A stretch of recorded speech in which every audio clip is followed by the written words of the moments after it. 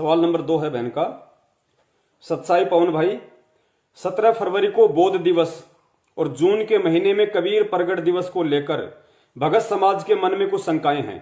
आप जी परमेश्वर के ज्ञान आधार व सत्संगों में किए गए संकेत आधार से भगत समाज को यह बताएं कि यदि सतगुरु रामपाल जी महाराज जी स्वयं कबीर परमात्मा हैं और 8 सितंबर 1951 के दिन प्रकट हुए हैं, तो वे बार बार सत्संगों में ये क्यों कहते हैं कि मैं तो परमात्मा कबीर जी का भेजा हुआ एक संत हूं और आप पुण्यात्माओं को जगाने के लिए आया हूं।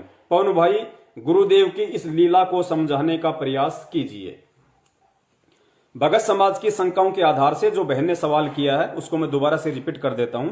बहन का कहने का मतलब यह है कि पवन भाई, हमने जो पोस्टर पंपलेट जो बनाए हैं 17 फरवरी बौद्ध दिवस को लेके, कि भाई हमने 17 फरवरी को बौद्ध दिवस नहीं मनाना है, क्योंकि हमारे गुरुजी जो स्वयं कबीर परमात्मा है और स्वयं कबीर परमात्मा को ऐसा कौन इस 21 ब्रह्मांड का प्राणी है जो उनको बोध करा दे, जो उनको ज्ञान करा दे। इसलिए गुरुदेव 8 सितंबर 1951 से धरती पे प्रकट हैं, जो दुनिया को ज्ञान कराते हैं, वो जगत गुरु है, उनको कोई दूसरा ज्ञान नहीं करवा सकता। तो भगत समाज की शंका यह है कि भाई एक बात बताइए कि जो सत्सेवक भाई हैं ये कहते हैं कि गुरुजी 8 सितंबर 1951 में धरती पे प्रकट हो गए थे और वो स्वयं कबीर परमात्मा है।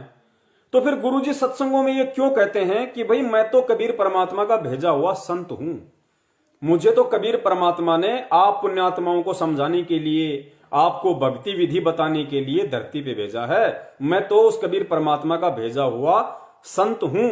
तो ये क्या लीला है परमात्मा की। देखो पुण्यात्माओं, परमेश्वर की वाणी है कि शब्द सैन सतगुरु की पहचान है, पाया अटल सुहाग रे। यानी सतगुरु अपने सत्संगों में जो संकेत करते हैं, जो इशारे करते हैं, अब हमने उनको समझना पड़ेगा।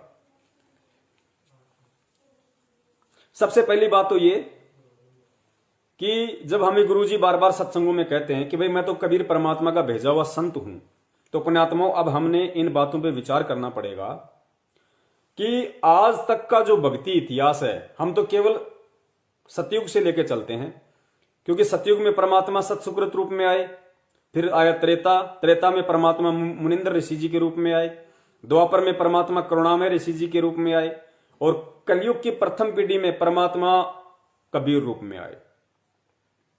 और आज गुरु जी कह रहे हैं कि मैं तो कबीर परमात्मा का भेजा हुआ संत हूं।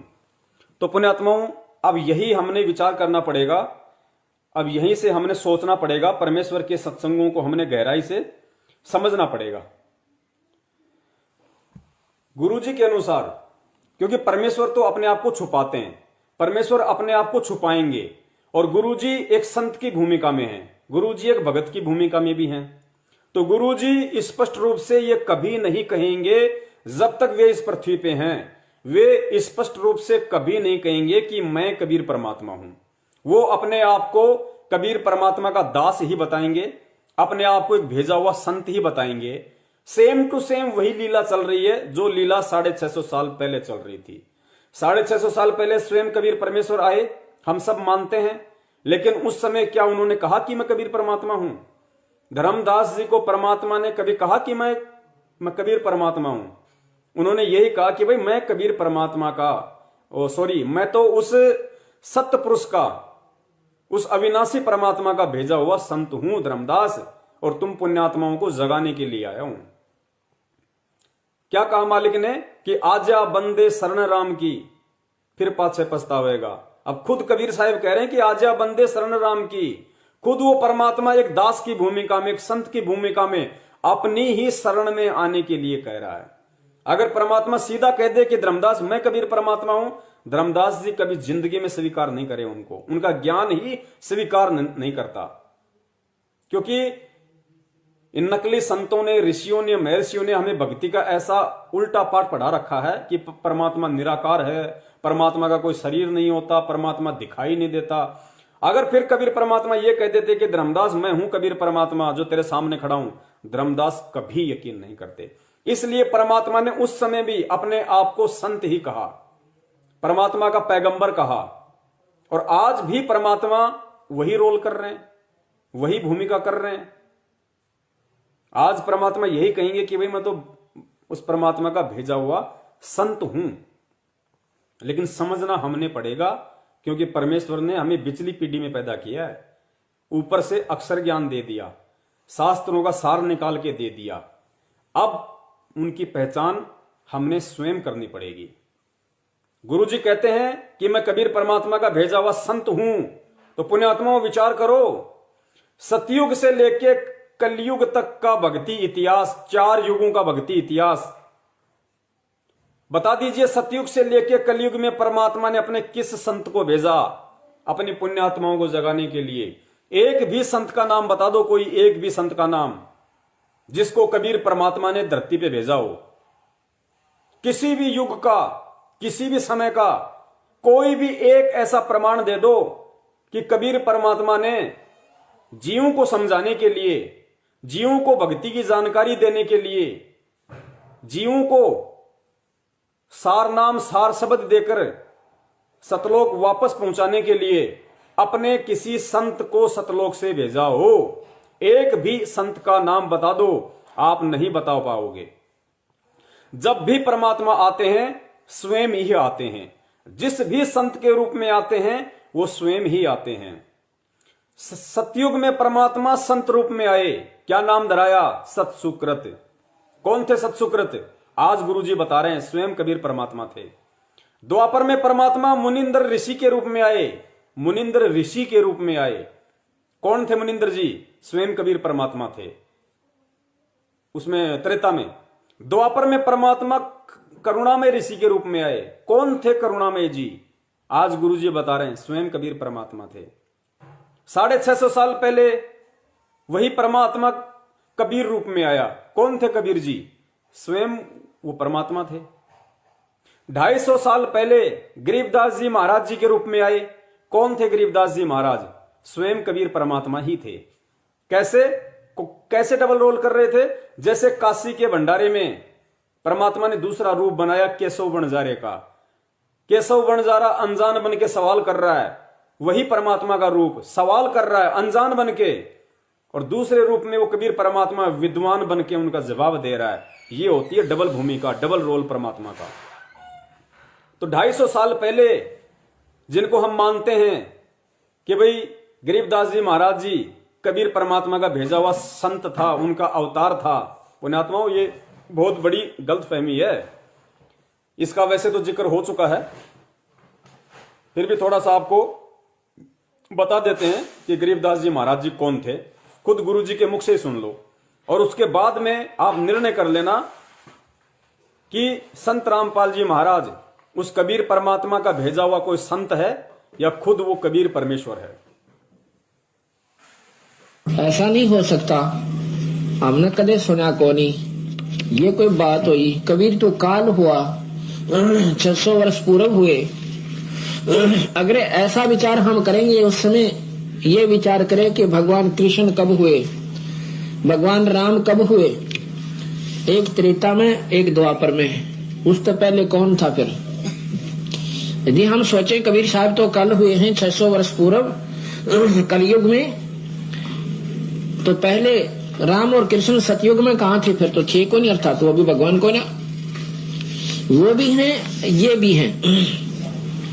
वो भगवान 3 लोक के हैं और ये भगवान सतलोक के, अनंत कोटि ब्रह्मांड के मालिक से कहते हैं।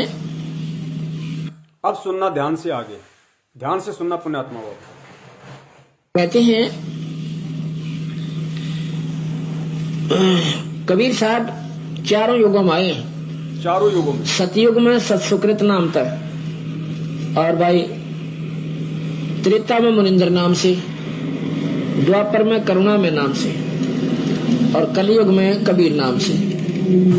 ये 4 नाम तो इनके मुख्य चलेंगे। अन्य अवतार भी होंगे इनके। जैसे दूसरा अवतार कलयुग में गरीबदास जी आए, वही कबीर, वही परमात्मा। दूसरा अवतार कलयुग में कौन आए? गरीबदास जी महाराज जी। अब गरीबदास जी महाराज जी कौन थे? फिर गुरु जी बता रहे कि वही पूर्ण परमात्मा कबीर साहब थे। ध्यान से सुनना। 4 नाम तो उनके मुख्य चलेंगे। सतयुग में सतसुकृत, त्रेता में मुनिंदर, द्वापर में करुणामय, कलयुग में कबीर। उसके बाद भी उनके अवतार होते रहेंगे। यानी वो स्वयं आते रहेंगे। और गरीबदास जी महाराज जी के रूप में बता रहे हैं कि फिर वो कौन थे जिनको हम उनका भेजा हुआ संत मानते हैं। और कलयुग में कबीर नाम से, ये चारों नाम तो इनके मुख्य चलेंगे, अन्य अवतार भी होंगे इनके।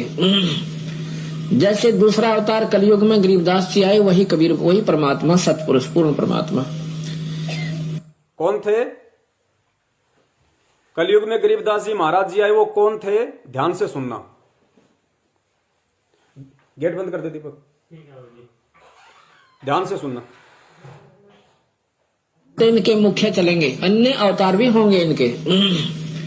जैसे दूसरा अवतार कलयुग में गरीबदास जी आए, वही कबीर, वही परमात्मा, सतपुरुष, पूर्ण परमात्मा। वही परमात्मा, सतपुरुष, पूर्ण परमात्मा। पल पल और सुन लो एक बार। गरीबदास जी आए, वही कबीर, वही परमात्मा, सतपुरुष, पूर्ण परमात्मा।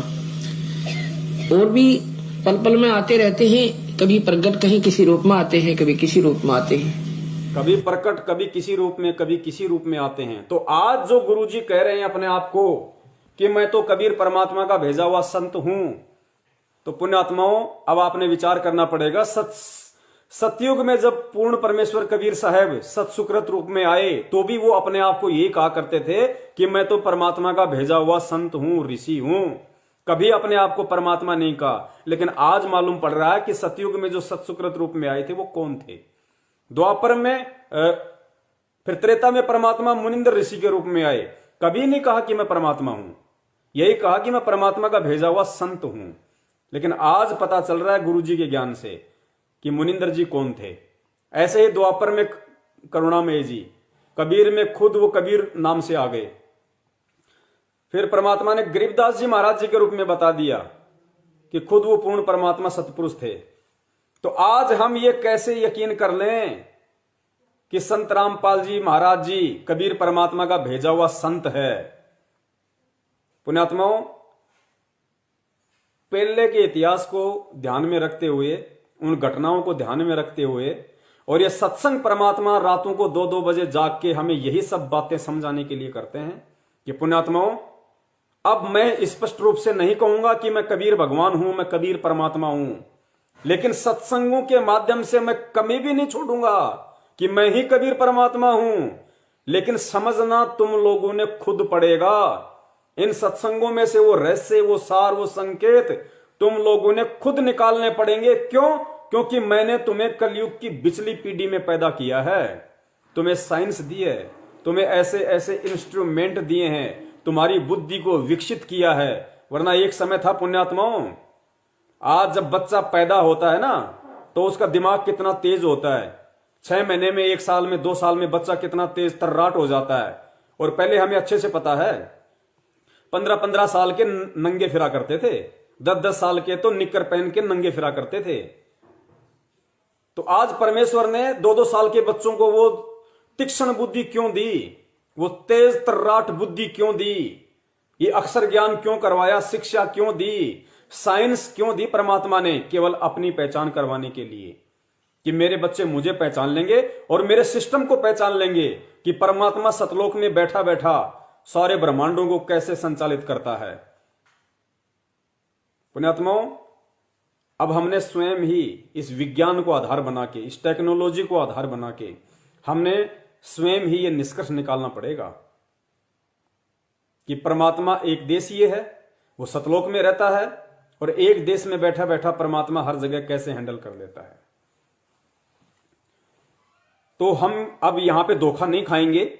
जो इस भाई ने सवाल किया था कि गुरुजी अपने आप को संत क्यों कहते हैं, अगर वो 8 सितंबर 1951 को प्रकट हुए हैं, खुद कबीर परमात्मा हैं, तो आज इतने वर्षों बाद भी अपने आप को क्यों कहते हैं कि मैं कबीर परमात्मा का भेजा हुआ संत हूं?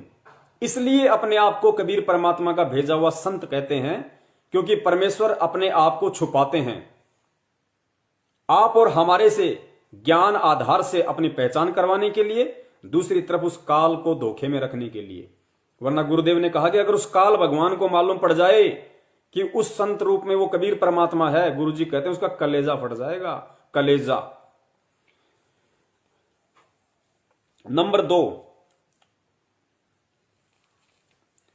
आप लोगों को मालूम पड़ गया कि 650 साल पहले भी परमात्मा संत रूप में ही आए थे, अपने आप को संत ही कहा करते थे। लेकिन आज हमें मालूम पड़ रहा है, गुरु जी ने जो बताया, गुरुदेव ने जो समझाया कि 650 साल पहले स्वयं कबीर परमात्मा थे, संत नहीं थे। अगर परमेश्वर अपने आप को संत ना कहे तो उन्हें कोई भी परमात्मा के रूप में स्वीकार नहीं करेगा। 650 साल पहले की जो घटना है वो परमेश्वर ने हमें बहुत अच्छे से समझा रखी है। और परमेश्वर ने भी एक सत्संग में कहा, गुरुदेव ने, कि बच्चों अब मैं वो गलतियां नहीं करूंगा जो बातें मैंने 650 साल पहले कही और मूर्ख जड़मती जीव मुझे नहीं पहचान पाए। अब मैं उन चीजों को रिपीट नहीं करूंगा। अब तुम लोगों ने स्वयं ही समझना पड़ेगा। 4 नंबर, अपने आप को संत कहने का मुख्य रीजन यह है कि परमात्मा अब इतना ज्ञान देके, कलयुग की पिछली पीढ़ी में पैदा करके, ऊपर से अक्षर ज्ञान देके, शास्त्रों का निष्कर्ष निकाल दिया, उसके बाद भी अगर गुरुजी ये कहें कि मैं ही कबीर परमात्मा हूं, भाई मैं भगवान हूं, तो पुण्यात्माओं फिर परमात्मा ने क्यों पिछली पीढ़ी में पैदा किया, क्यों शिक्षा दी, क्यों शास्त्रों को पढ़ाया, क्यों रात के 2-2 बजे तक परमात्मा ने सत्संग किए, क्यों पहले का भक्ति इतिहास हमें पूरा घोट के पिला दिया। अब आज आप और हमने स्वयं ही ये पहचान करनी पड़ेगी, स्वयं ही हमने ये निष्कर्ष निकालना पड़ेगा कि मेरे सतगुरु के रूप में धरती पे कौन प्रकट है। और परमात्मा कभी 20-30 साल बाद में जाके परमात्मा नहीं बनता। अगर परमात्मा है तो परमात्मा शुरू से ही परमात्मा होता है। इसलिए परमेश्वर अपने आप को संत कहते हैं कि मेरे बच्चे, मेरे द्वारा जो अनमोल तत्व ज्ञान इनको दे दिया गया है, जो अक्षर ज्ञान इनको मैंने करवाया है, जो शास्त्रों का सार मैंने इनको पिला दिया है, अब मेरे बच्चे इन सभी चीजों का सार जो इन्होंने ग्रहण किया है, इस आधार से अब ये स्वयं ही ये निष्कर्ष निकालें कि हां, मेरे गुरु के रूप में धरती पे कौन प्रकट है। और अगर मेरे गुरु के रूप में धरती पे कबीर परमात्मा प्रकट है तो 17 फरवरी को मैं किसका बोध दिवस मनाऊं? 17 फरवरी को उस कबीर परमात्मा का बोध दिवस मनाऊं। क्या कबीर परमात्मा को किसी ने बोध करवाया? क्या कबीर परमात्मा को किसी ने सतलोक की जानकारी करवाई? जो दुनिया को जानकारी देने के लिए यहां आता है, जो जगत गुरु है, क्या उसका बोध दिवस मनाना उचित होगा? क्या इतना ज्ञान लेने के बाद भी हम गुरु जी को लज्जित नहीं करने वाले कि गुरुदेव देखो हमने क्या समझा, आपने रातों को जाग जाग के 27 साल तक जो अनमोल तत्व ज्ञान हम गधों को दिया, आज भी हम आपको रामपाली मान रहे हैं। देखो हम आपका बोध दिवस मना रहे हैं 17 तारीख को, कि आपको तो 17 फरवरी 1988 से पहले कह भी नहीं पता था अध्यात्म का। आपको तो स्वामी रामदेवानंद जी महाराज जी ने पाठ पढ़ाया अध्यात्म का, इसलिए हम आपका बोध दिवस मना रहे हैं, क्योंकि उससे पहले आपको ज्ञान नहीं था। तो पुण्यात्माओं, 17 फरवरी को ये बोध दिवस मना के हम क्या साबित करना चाहते हैं? अपनी मूर्खता, अज्ञानता, नीचता, घटियापन। और गुरुजी वो परमात्मा वहां जेल में बैठा बैठा क्या देखेगा 17 तारीख को? कितने मूर्खों पे हंसेगा और कितने अपने बच्चों पे परमात्मा प्रसन्न होगा कि कितने बच्चे मुझे समझ रहे हैं, मुझे पहचान पा रहे हैं। पुण्यात्माओं, जब परमात्मा बरवाला कांड के समय पुलिस वालों के साथ में जा रहे थे तो किसी ने परमात्मा से सवाल किया था। तो परमेश्वर ने कहा था कि बेटा मैं हिसार की छोटी जेल में बैठ के और तुम इस काल भगवान की 21 ब्रह्मांड रूपी इस बड़ी जेल में जो तुम कैद हो ना, मैं वहां बैठ के छोटी जेल में, और तुम जो इस बड़ी जेल में जो तुम कैद हो 21 ब्रह्मांड रूपी बड़ी जेल में, मैं तुम्हारी रहनी करनी को देखूंगा, मैं तुम्हारे आचार विचार को देखूंगा कि मेरे शरीर छोड़ने के बाद में तुम मेरे इस मार्ग को कैसे चलाओगे, मेरे इस भक्ति मार्ग को सही प्रकार से चला पाओगे या नहीं चला पाओगे। ये रिहर्सल, ये तुम्हारा अभ्यास मैं हिसार की छोटी जेल में बैठ के देखूंगा। आज परमात्मा वो रिहर्सल कर रहा है। हम मूर्खों को परमेश्वर ने जो अनमोल ज्ञान दिया, उस ज्ञान की परमात्मा वहां बैठ के परीक्षा ले रहा है, परख कर रहा है। उस अविनाशी परमेश्वर को दुनिया के कोई दीवार बांध के नहीं रोक सकती। जिसने राजा अब्राहम सुल्तान की कैद से और 360 साधु संतों को जो बेचारे चक्की पीस रहे थे, उनको चुटकी बजाते ही आंख बंद करो, सबने आंख बंद की, जेल में थे। आंख खोलो, आंख खोला तो सब जंगल में थे बाहर। जो परमात्मा जिसका नाम बंदी छोड़ है, जो बंधनों से छुटकारा दिलवाता है, सांसारिक बंधनों से भी, और जो जन्म मरण का बंधन है उससे जो छुटकारा दिलवा सकता है, उस परमात्मा को हिसार की जेल कैसे बंधक बना के रख लेगी। पुण्यात्माओं, हमने धोखा नहीं खाना। यह काल हर प्रकार से हमारे को धोखे में रखेगा, हर प्रकार से गुरु जी के प्रति हमारे मन को ढीला करेगा, हमारे को कमजोर करने की कोशिश करेगा कि देख तेरा गुरु जेल में बैठा है, काहे का परमात्मा, काहे का संत, काहे का तत्वदर्शी। मतलब कुछ न कुछ भी ये करेगा। इस समय भगत की आस्था को तोड़ेगा, भगत के विश्वास को तोड़ेगा, और यही सबसे बड़ा काल का दाव है। और यही परमात्मा देख रहा है कि मैंने भी तो ठोक के ज्ञान दिया है। काल अगर अटपट करके जीव को भ्रमित करने की कोशिश करेगा तो मैंने ज्ञान देने में कौन सी कमी छोड़ दी। मेरे बच्चों को सन 1994 से 2014 तक देखता हूं, काल की अटपट का उसके ऊपर ज्यादा असर होता है या मेरे सनमोल मूल ज्ञान का उसके ऊपर ज्यादा असर होता है। तो पुण्यात्माओं, ये भयंकर ये परीक्षा का दौर है। और इस समय हम ना तो 17 फरवरी को उस अविनाशी कबीर परमात्मा का, उस जगत गुरु का बोध दिवस मना के अपनी मूर्खता का गुरु के सामने सबूत पेश करें, और ना ही जून के महीने में हम उसी कबीर परमात्मा का जो आज हमारे गुरु के रूप में प्रकट है, आज संत रामपाल जी महाराज जी के रूप में प्रकट है, 650 साल पहले दाढ़ी मूछ वाले रूप में प्रकट था, हम 650 साल पहले वाली फोटो का कबीर प्रगट दिवस मना के अपनी मूर्खता का प्रमाण ना दें। क्योंकि जब वही कबीर परमात्मा आज संत रामपाल जी महाराज जी के रूप में 8 सितंबर से धरती पे प्रकट है, तो हम 8 सितंबर को उनका प्रकट दिवस मनाएंगे। 8 सितंबर को, ना कि जून के महीने में उनके 650 साल पहले वाले स्वरूप का। वो स्वरूप आज हमारे किसी काम का नहीं है।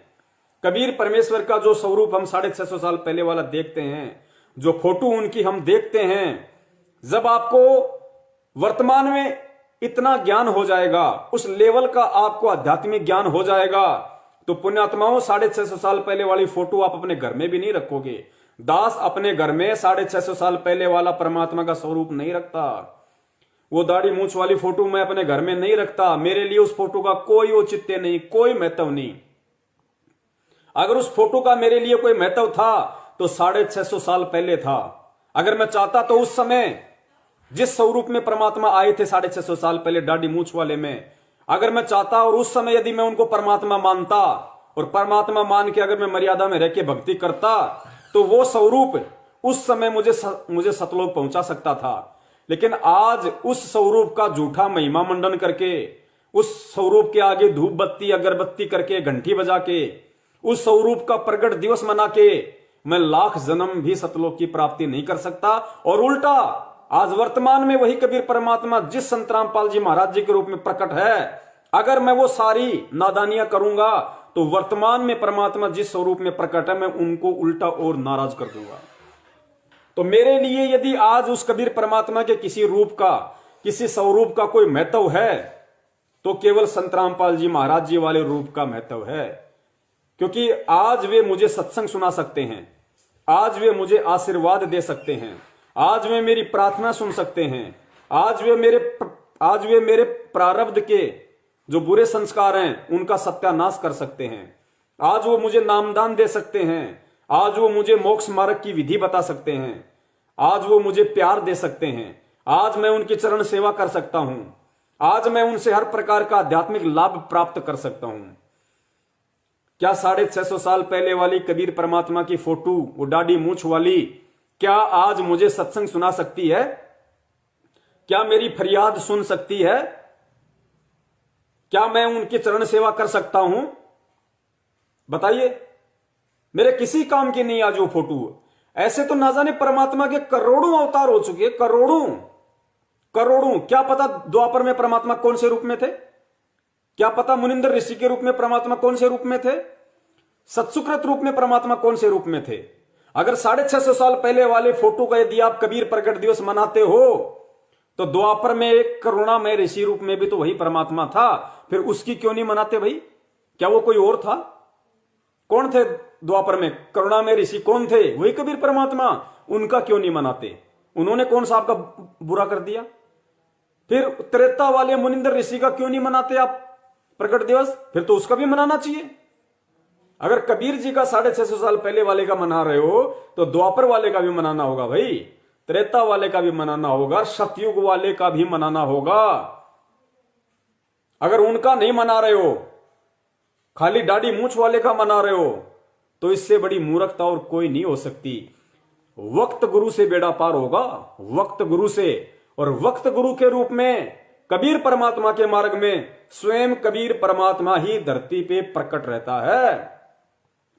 इसलिए आज से पहले परमात्मा किन रूपों में आए, कैसे कैसे दाढ़ी लगा के आए, कैसे कैसे मूंछ लगा के आए, हमें उनसे कोई लेना देना नहीं है।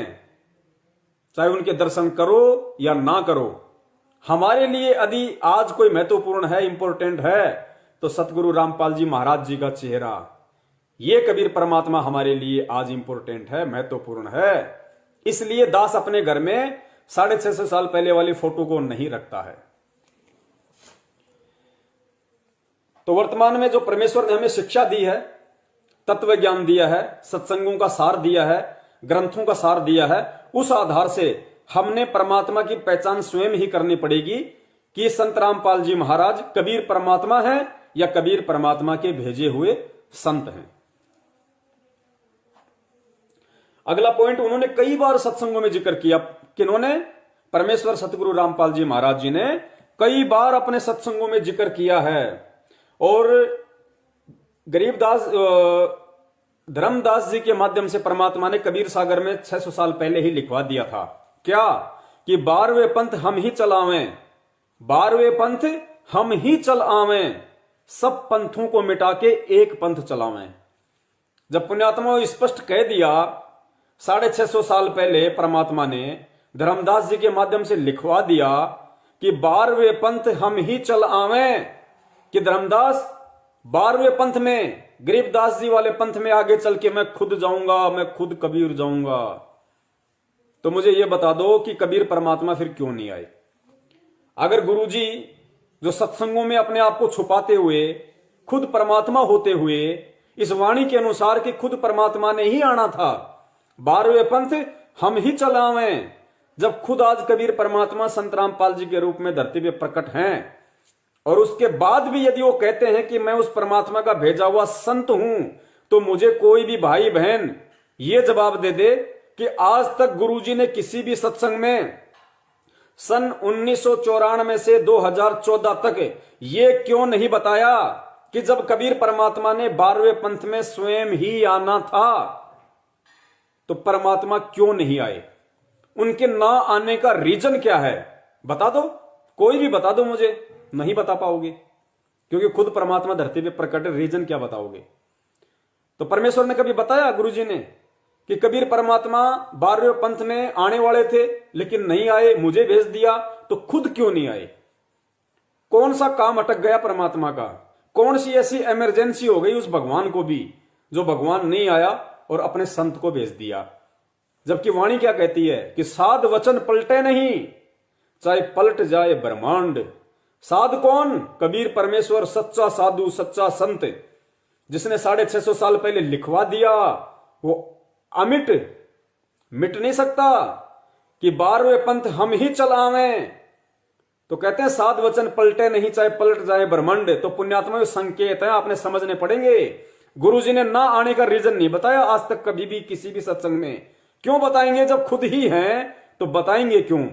और संत कह के छुपा इसलिए रहे, फिर हम मूर्खों के भेजे में ये परमात्मा ने तत्व ज्ञान क्यों दिया?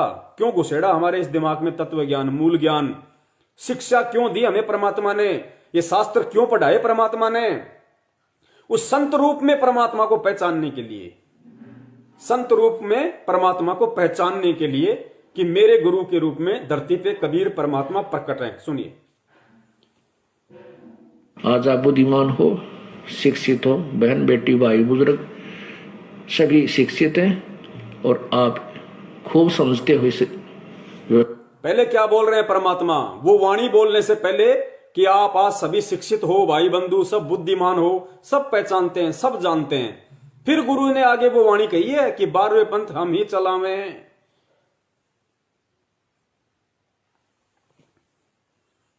आज आप बुद्धिमान हो, शिक्षित हो, बहन बेटी भाई बुजुर्ग सभी शिक्षित हैं और आप खूब समझते हुए व्यवस्था को। इसलिए ये ज्ञान परमात्मा ने इस समय इसका ढोल बजाना था और सारे विश्व में इसको पहुंचाना था।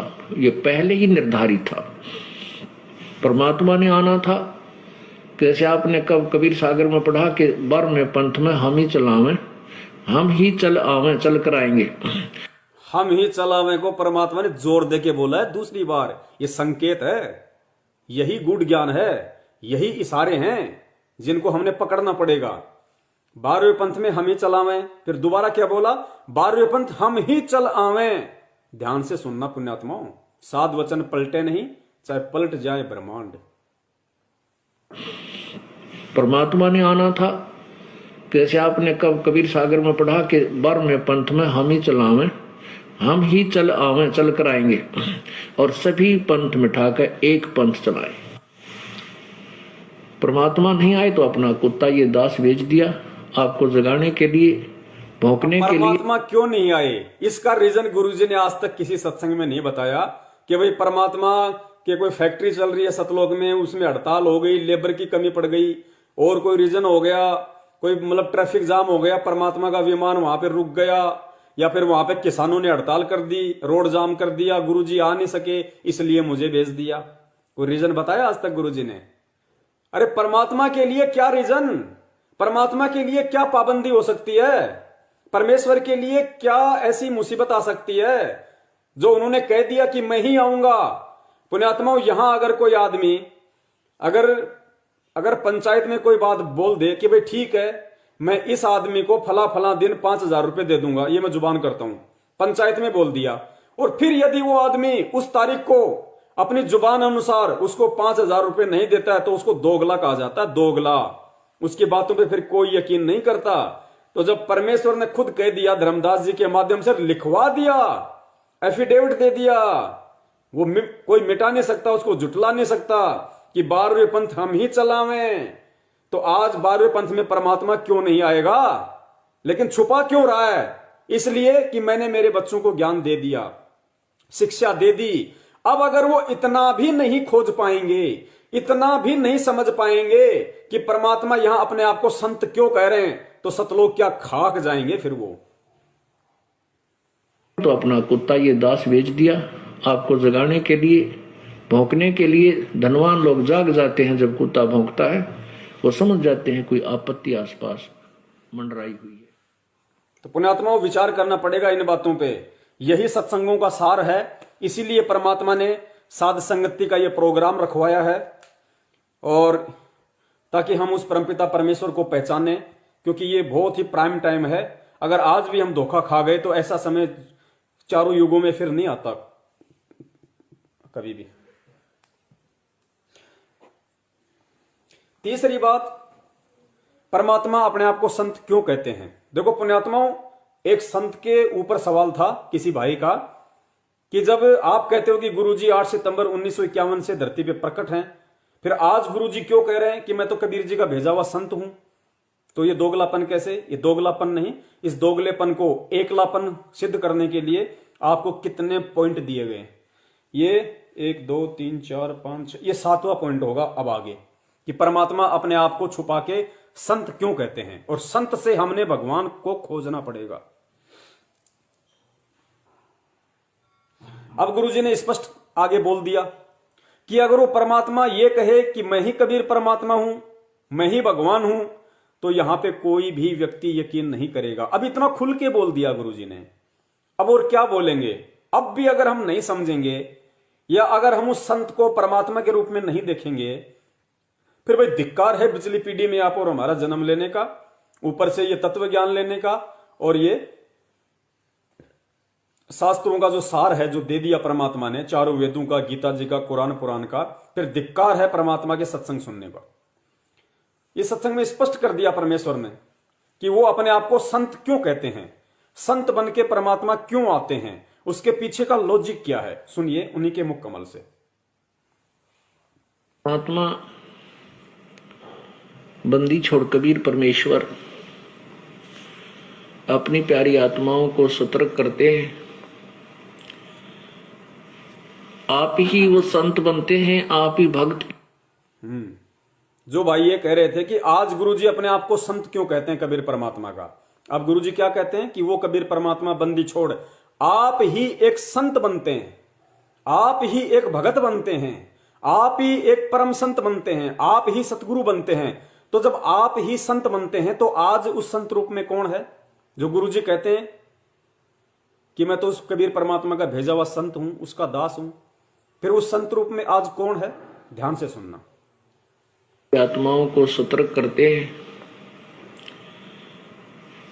आप ही वो संत बनते हैं, आप ही भक्त की भूमिका करते हैं, आप ही एक दास बनते हैं, स्वयं ही वो परमात्मा है और स्वयं ही तत्वदर्शी संत की भूमिका वो करते हैं। अब आज अपने गुरुजी संत की भूमिका में भी हैं, दास की भूमिका में भी हैं, रामपाल दास संत की भूमिका में भी हैं, सत्संग कर रहे हैं, तत्वदर्शी संत की भूमिका में भी हैं, और फिर कह रहे कि परमात्मा तो स्वयं है ही, कमी क्या रह गई? फिर ये कह दिया कि वो अपने आप को संत क्यों कहते हैं? अगर बार बार भगवान कहें तो क्या होगा? सुनिए। बंदी छोड़ कबीर परमेश्वर अपनी प्यारी आत्माओं को सतर्क करते हैं, आप ही वो संत बनते हैं, आप ही भक्त की भूमिका करते हैं, आप ही एक दास बनते हैं, स्वयं ही वो परमात्मा है और स्वयं ही तत्वदर्शी संत की भूमिका वो करते हैं। अब यहां परमात्मा कहते हैं आजा बंदे सन राम की। अब यहां अपने आप को एक दास की भूमिका करते हुए, एक संत की भूमिका करते हुए अपनी प्यारी आत्माओं को अपनी और अपनी ही शरण में आने की प्रेरणा कर रहे हैं। और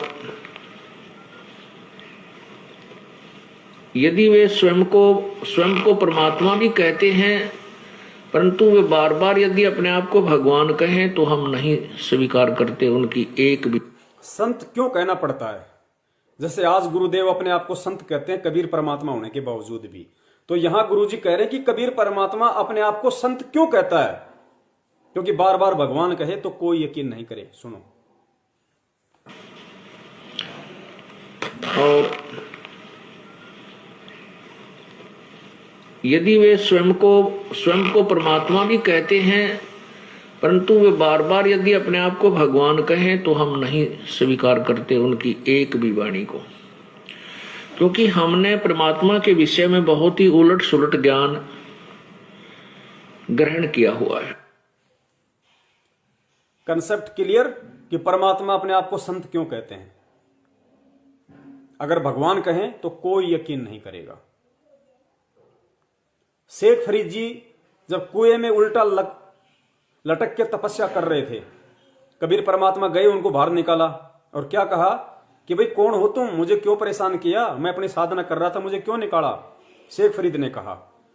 तो परमेश्वर ने क्या कहा कि भाई मैं भगवान हूं, मैं अल्लाह हूं। तो शेख फरीद जी ने क्या कहा, ए भाई मजाक मत करो, परमात्मा तो बेचून है, परमात्मा तो निराकार है और तुम अपने आप को परमात्मा कहते हो। पुण्यात्माओं, इसलिए परमात्मा अपने आप को छुपाते हैं, संत कहते हैं, भगत की भूमिका करते हैं, दास की भूमिका करते हैं। और जो उनकी हंस आत्माएं होंगी, जिनको वास्तव में इस जन्म में सतलोक जाना है, ये उनका अंतिम जन्म है, वो पुण्यात्माएं उस संत में से सत साहिब को खोज लेंगी, संत में से सत साहिब को निकाल लेंगी। कहे कबीर सोए जन मेरा, जो नीर खीर का करे निबेरा। परमेश्वर ने हमें क्या कहा? हंस आत्मा। हंस कौन होता है? दूध और पानी दोनों को एक ही पात्र में मिला दो, जो हंस होता है उसको परमेश्वर ने ऐसा गुण दिया है, विश्व के और किसी पक्षी में नहीं है। वो एक ही पात्र में आधा किलो दूध, आधा किलो पानी मिला दो, अच्छी तरीके से मिक्स कर दो। जो हंस होता है वो उसमें अपनी चोंच डुबो के दूध पी लेगा, पानी पानी छोड़ देगा, उसको हंस कहते हैं। तो वर्तमान में जिस पुण्यात्मा को यह तत्व ज्ञान समझ में आ गया, जिस पुण्यात्मा के ऊपर सतगुरु की मेहर है, वो पुण्यात्मा संत और सत साहिब दोनों को मिक्स कर दो अच्छे से, जो गुरु जी ने खूब मिक्स कर रखा है। वो संत को छोड़ देगी, सत साहिब को निकाल लेगी, उसमें से ग्रहण कर लेगी कि हां संत रूप में साक्षात कबीर परमेश्वर हैं। वही व्यक्ति सतलोक जाने का अधिकारी है। बाकी जन्मदिन मनाते रहो, बौद्ध दिवस मनाते रहो, कबीर प्रगट दिवस मनाते रहो, अपनी मूर्खता, अज्ञानता, छोटी सोच का बार बार परमात्मा को प्रमाण देके दुखी करते रहो। तो इसलिए परमात्मा अपने आप को छुपाते हैं कि मैं तो परमात्मा का भेजा हुआ संत हूं। उम्मीद करता हूं उन भगत भाइयों के समझ में आ गया होगा।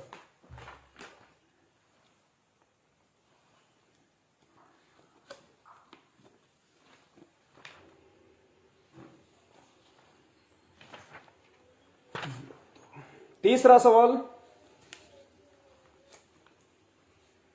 क्योंकि पुण्यात्माओं परमेश्वर ने मौका दिया है साध संगति के माध्यम से, तो हमने इसका भरपूर फायदा उठाना चाहिए।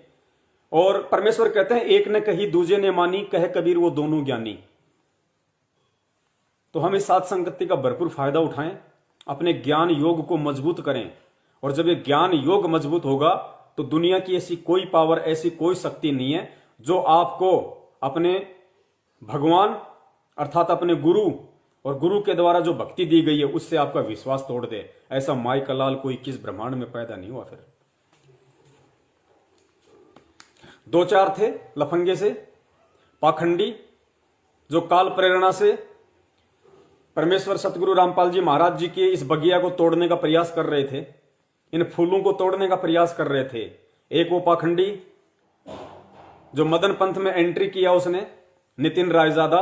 आज हाल क्या उसका आप लोगों को शायद नहीं पता होगा, बता देता हूं। 20-25 दिन पहले की घटना है, क्योंकि उसके पाखंड को उसका गुरु भी देख रहा था, बैराग्यपति। उसको भी अच्छे से मालूम था कि ये क्या चाल चल रहा है। और नितिन रायजादा ने क्या चाल चली, पहले वो राधा स्वामी पंथ में था या किसी और पंथ में था शायद, मुझे पूरा कंफर्म नहीं है। उसका मकसद था गुरु बनना किसी भी तरीके से। तो जिस पंथ में वो पहले था, शायद राधा स्वामी पंथ में ही था, काफी वर्ष तक था, उस पंथ में उसकी दाल नहीं गली। उसको पक्का हो गया कि यहां तू संत नहीं बन सकता, यहां तुझे लोटा लंगोटा नहीं मिल सकता। उसने उस पंथ को त्याग दिया। संत रामपाल जी महाराज जी के पंथ में इसलिए एंटर नहीं हुआ क्योंकि ज्ञान ही दुनिया से निराला, अजीबो गरीब।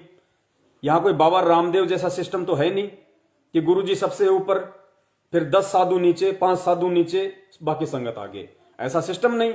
उसने देख लिया इस पंथ में, सोचा तेरी दाल नहीं गलेगी, आउट। फिर उसने बीरापुर उत्तर प्रदेश प्रतापगढ़ में बेचारे बैराग्यपति वाला पंथ पकड़ा। उसने सोचा बूढ़ा सा पंथ है, बूढ़ा सा गुरु है, थोड़े बहुत दिनों का है, यहां तेरी दाल गल जाएगी, यहां तुझे लोटा लंगोटा मिल जाएगा। उसने उस पंथ में एंट्री कर दी और यूट्यूब पे कुशंग करने लग गया, जीवात्माओं को भ्रमित करने लग गया। कुछ लोग झांसे में आए, बाद में रो धो के वापस भी आ गए। यही हाल है। अब क्या हो गया, जब उस वैराग्यपति को भी इस बात का मालूम पड़ गया कि भाई ये इस पंथ में कोई भक्ति करने के लिए नहीं बल्कि तेरी टिकट काटने के लिए आया है, तो वो गुरु उससे खपा होने लग गया, नाराज सा रहने लग गया। अभी 20 दिन पहले की घटना है, उस नितिन रायजादा की ऑडियो आई हुई है, अभी मेरे पास है नहीं, वरना मैं आपको सुना देता। वैसे ग्रुपों में खूब चल रही है, यूट्यूब पे खूब डाल रखी है लोगों ने। तो नितिन जी ने क्या किया, आश्रम में गया, कुछ उसके अपने जो भगत थे नितिन रायजादा के, जो उसने बना रखे थे गांव गांव जाके, वहां आए हुए थे। पानी की टंकियां खाली, लेटरिन बाथरूम में कोई पानी की व्यवस्था नहीं।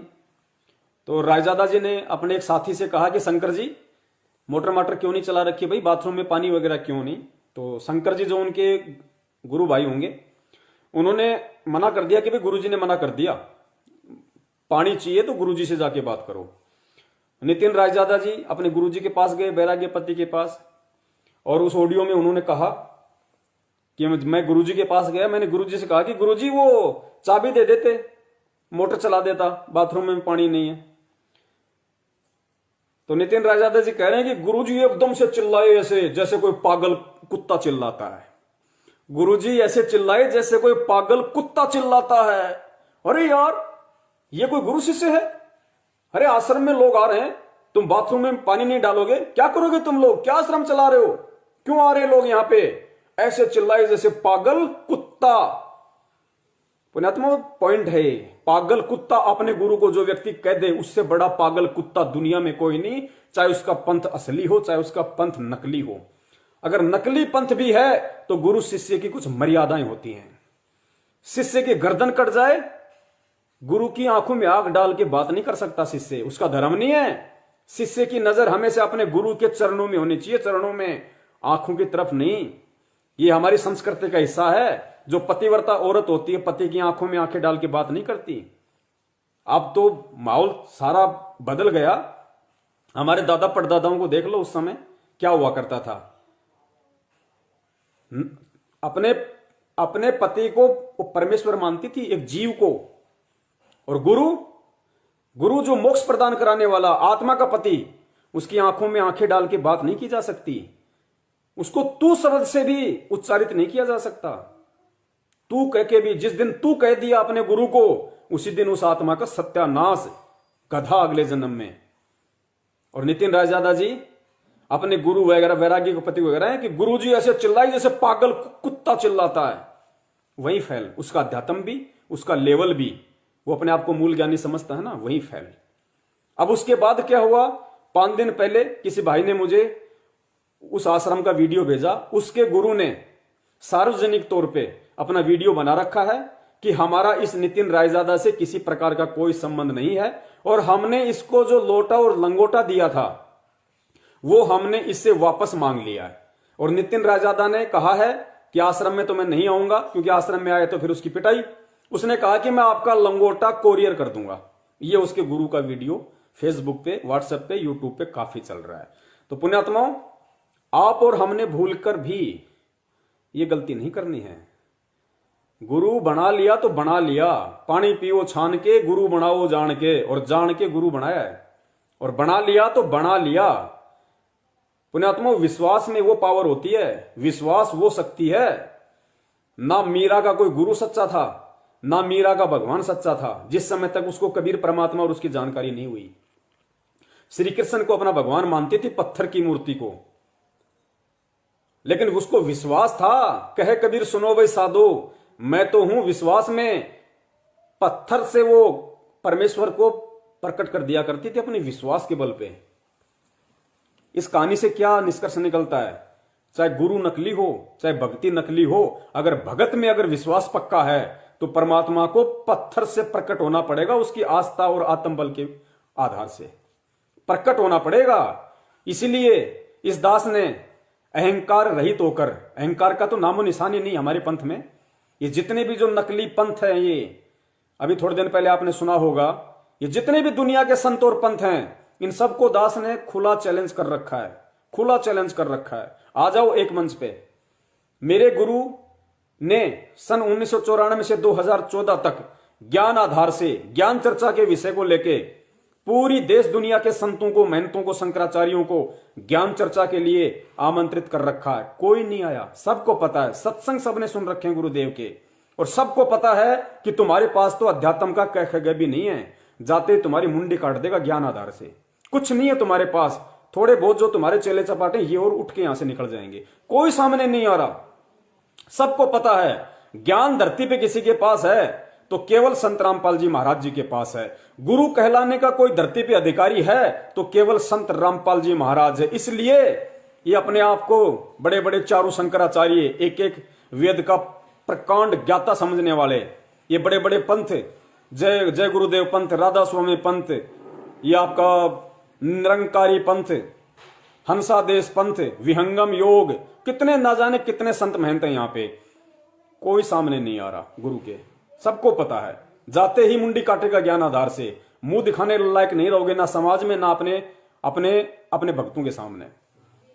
अब दास विश्वास आधार से कि मुझे मेरे गुरु की पहचान हुई है, मुझे मेरे गुरु की परख हुई है, उन्हीं के आशीर्वाद से। मैं तो दो कौड़ी का जीव हूं, मैं तो पत्थर हूं, मैं कोई पहचान नहीं कर सकता। लेकिन मेरे गुरु ने मुझे अनमोल ज्ञान देके, अपने आशीर्वाद, अपनी रजा बख्श के मुझे अपनी स्वयं की पहचान करवाई।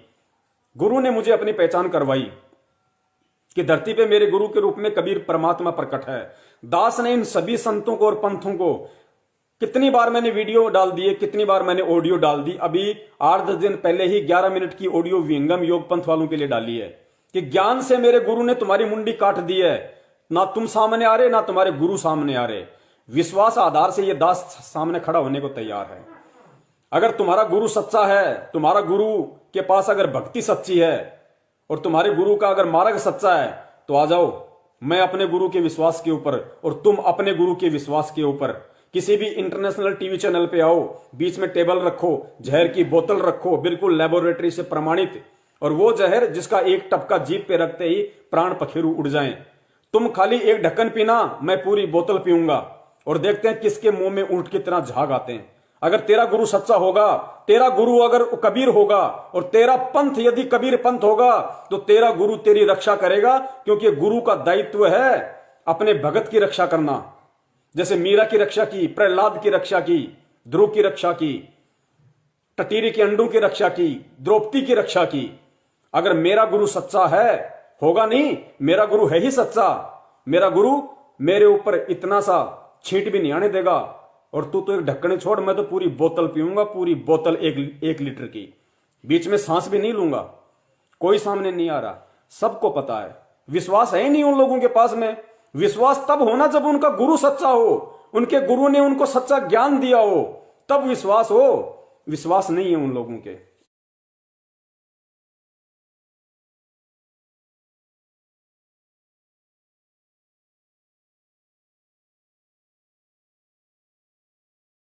तन मन शीस ईस अपने पे, तन मन शीस ईस अपने पे, पहले में चोट चढ़ावे जब कोई राम भक्त गत पावे हो जी, जब कोई राम भक्त गत पावे हो जी। तन मन शीस ईस अपने पे, तन मन शीस ईस अपने पे, पहले में चोट चढ़ावे जब कोई राम भक्त गत पावे हो जी, जब कोई राम भक्त गत पावे हो जी। भाई सतगुरु तिलक अजप्पा माला, युक्त जटा रखवावे, सतगुरु तिलक अजप्पा माला, युक्त जटा रखवावे। जत को पीन सत का चोला, भीतर बेख बनावे जब कोई राम भगत गत पावे हो जी, जब कोई राम भगत गत पावे हो जी। भाई लोक लाज मर्याद जगत की, तृण ज्यों तोड़े बगावे, लोक लाज